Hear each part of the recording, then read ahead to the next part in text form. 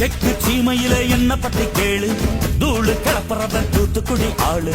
ராசா எட்டு வச்சா படபடக்கும் ஊரு, லேசா கண்ணடிச்சா பிடி வெடிக்கும் ஆறு. தீபாவளி தல தீபாவளி, தீபாவளி தல தீபாவளி.